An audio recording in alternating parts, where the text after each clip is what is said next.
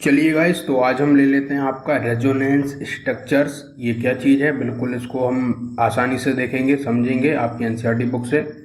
तो चलिए स्टडी करना शुरू करते हैं। तो यहाँ पे लिखा है कि it is often observe that a single Lewis structure is inadequate for the representation of a molecules in a conformity with its experimentally determined parameters. बहुत इंपॉर्टेंट लाइन है। क्या है देखिए कि हमने आमतौर पर ये देखा है, ऑब्जर्व किया है कि जो सिंगल लूज का स्ट्रक्चर था वो अप्रिच्योर था, मतलब कि पूरी पूरी तरीके से हमें वो एक सही चीज़ नहीं प्रोवाइड करा पा रहा था, एक रिप्रेजेंटेशन उस मॉलिक्यूल्स की, उसकी कन्फर्मिटी में विथ इट्स एक्सपेरिमेंटली जो डिटरमाइन उसके पैरामीटर होते हैं। मतलब कि लूस ने जो स्ट्रक्चर बनाए थे वो जो थे आपके इनएडिक्वेट थे।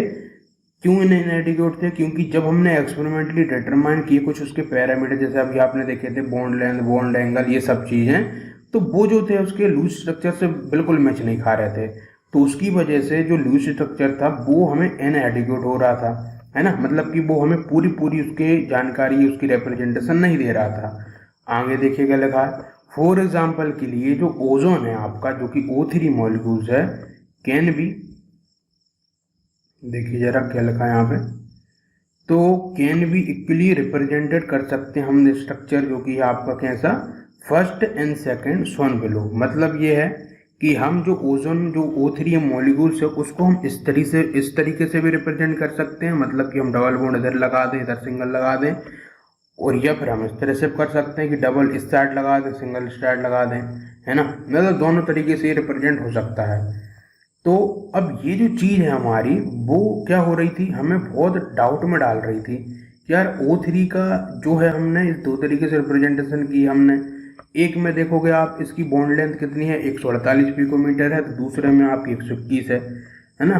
तो अब ये ऐसा क्यों हो रहा है, ये क्या लफड़ा है, उसी को हम समझेंगे ये क्यों क्यों हो रहा है, ये क्या बताना चाह रहा है। तो इसको हम क्या बोल रहे हैं, resonance in the O3 molecules. तो अब देखो जरा, ये जो O3 का मॉलिक्यूल्स है, अब हमने इस तरह से रिप्रेजेंट कर रहे हैं, इस तरह से रिप्रेजेंट कर रहे हैं।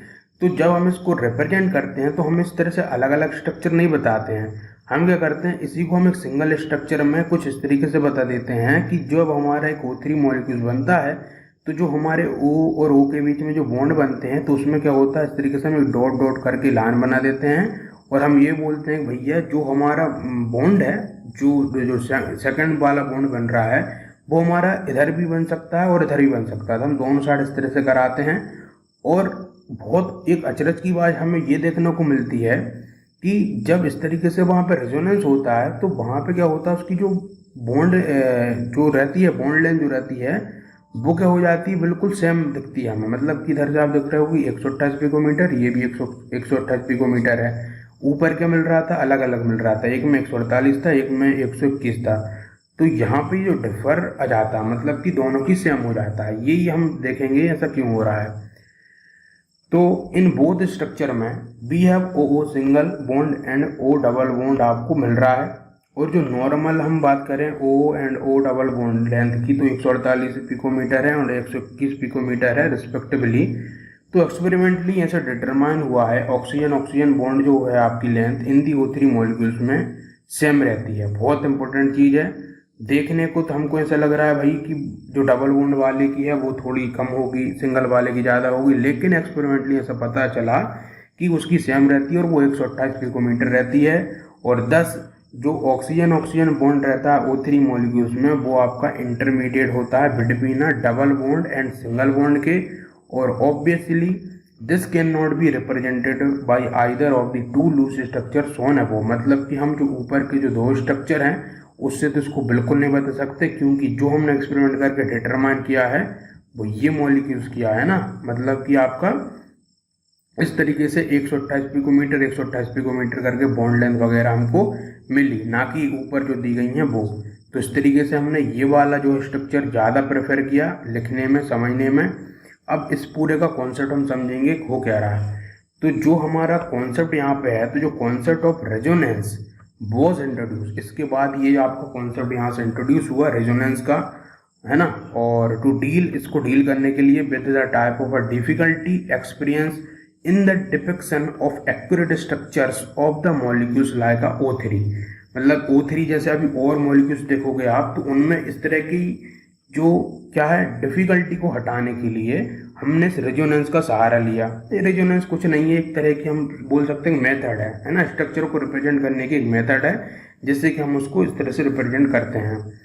अब देखिए आगे क्या लगा, अकॉर्डिंगली माफ कीजिएगा, according to the concept of resonance whenever a single loose structure cannot describe a molecules accurately, a number of structure with similar energy, position of nuclei, bonding and non-bonding pairs of electron are taken as the canonical structures of the hybrid which describe the molecules accurately। मतलब कि जब हमारा कोई single structure उस structure को define नहीं कर पाता है, तो हम कई तरह के स्ट्रक्चर बनाते हैं उसकी जो है, जैसे कि पोजीशन ऑफ न्यूक्लियाई को बदलकर या उसकी सिमिलर एनर्जी को लेकर, इस उसकी जो है bonding and non bonding pair of electron को लेकर, इस तरह के हम उसके कैनोनिकल स्ट्रक्चर बनाते हैं और उनको जो है फिट करते हैं उस कंडीशन के बेस पे। तो वही हमारा रेजोनेंस है, समझ रहे हो। मतलब कि रेजोनेंस कॉन्सेप्ट ये है कि जब हमारा लूज स्ट्रक्चर जो रहता है वो हमारा क्या ना कर पा रहा हो, किसी भी एक स्ट्रक्चर को सही से डिफाइन ना कर पा रहा हो, तो फिर हम जो है अपनी तरफ से कई सारे स्ट्रक्चर को डिफाइन करते हैं और उनमें से कोई एक स्ट्रक्चर हम ऐसा लेते हैं जो कि उस पूरी कंडीशन को सेटिस्फाई करे। तो उस जो टाइप के कॉन्सेप्ट को हम बोलते हैं रेजोनेंस। ये यहाँ पे इसकी डेफिनेशन है। अब आगे देखिए जरा क्या लिखा है, 10,4O3 के लिए जो टू स्ट्रक्चर सोन है वो कंस्टिट्यूट दी कैनोनिकल स्ट्रक्चर कहलाएंगे उसके वो, और the resonance structure and their hybrid that is the structure जो कि थर्ड है उसका। देखो ऊपर के जो थे आपके वो उसके कैनोनिकल थे, मतलब कि हमने बनाए थे उसको, हाइब्रिड किया था उसको, लेकिन जो हमारा जो सही था बिल्कुल मोर एक्यूरेट था वो आपका थर्ड वाला स्ट्रक्चर था, है ना। तो this is also known as resonance hybrid है, और इसी को हमने रेजोनेंस हाइब्रिड बोला है। और रेजोनेंस जो resonance is represented by a double headed arrow, और जो रेजोनेंस रहता है हम उसको डबल हेडेड एरो से रिप्रेजेंट करते हैं। डबल साइडेड एरो का मतलब है कि उस तरीके से आपको ऐसी एरो हम बनाते हैं जो कि रिप्रेजेंट करता है वहाँ पे रेजोनेंस कंडीशन है और रेजोनेंस स्ट्रक्चर आपका बना हुआ है। अब आगे देखिए जरा क्या लिखा है, यहाँ पे लिखा some other example of resonance structure are provided by the carbonate ion and the carbon dioxide molecules के। तो आपकी जो प्रॉब्लम 4.3 और 4.4 है उसमें हमको जो है बताया गया है कि किस तरह से कार्बोनेट और कार्बन डाइऑक्साइड मॉलिक्यूल्स के रेजोनेंस स्ट्रक्चर बनते हैं, और एग्जाम में आ जाते हैं, इसलिए बिल्कुल ध्यान से देख लो इनको। और कोई इतना कठिन नहीं है ना, बहुत आसान चीज़ है। देखो जरा मैं डायरेक्ट स्ट्रक्चर से बताता हूँ आपको हो क्या रहा है। वैसे तो हम जो है कार्बोनेट को इस तरीके से लिखते हैं, लेकिन ये जो इसकी सही रिप्रेजेंटेशन नहीं है। क्या होता है कि ये जो डबल बॉन्ड है आपका वो या तो यहाँ पे बन सकता है, फिर आपका वो यहाँ पे बन सकता है, तो इन तरह से वो तीनों कंडीशन पे हो सकता है। तो ये जो उसके कैनोनिकल फॉर्म है ना, ये लिखा भी है नीचे। अब जो रेजोनेंस वाली रहती है वो क्या हो जाएगा, सिंपल है, इसको ये हटा के आप इस पे डॉट डॉट डॉट कर दो, यहाँ पे डॉट डॉट, यहाँ पे डॉट डॉट, तो वो रेजोनेंस हो जाएगा। तो ये जो है आपके क्या है, कैनोनिकल फॉर्म है, और ये जो पूरे बन रहे हैं वो उसके रेजोनेंस है। उसी तरीके से कार्बन डाइऑक्साइड में भी यही होगा आपका। देखिए जरा, मैं जरा पढ़ता नहीं हूँ, डायरेक्ट आपको ये बता देता हूँ। जैसे कि यहाँ पे देखोगे आप, तो यहाँ पे हमको क्या देखने को मिल रहा है कि भाई जो डबल बॉन्ड है आपका वो यहाँ पे जो क्या है ट्रिपल बॉन्ड बनेगा आपका। जो ट्रिपल बॉन्ड यहाँ बन रहा है तो यहाँ पे बन सकता है। तो इस तरीके से फिर क्या होगा, ये जो बॉन्ड है आपके वो इधर उधर होंगे, और सिंपल आपका यही तरीका है इसको करने का।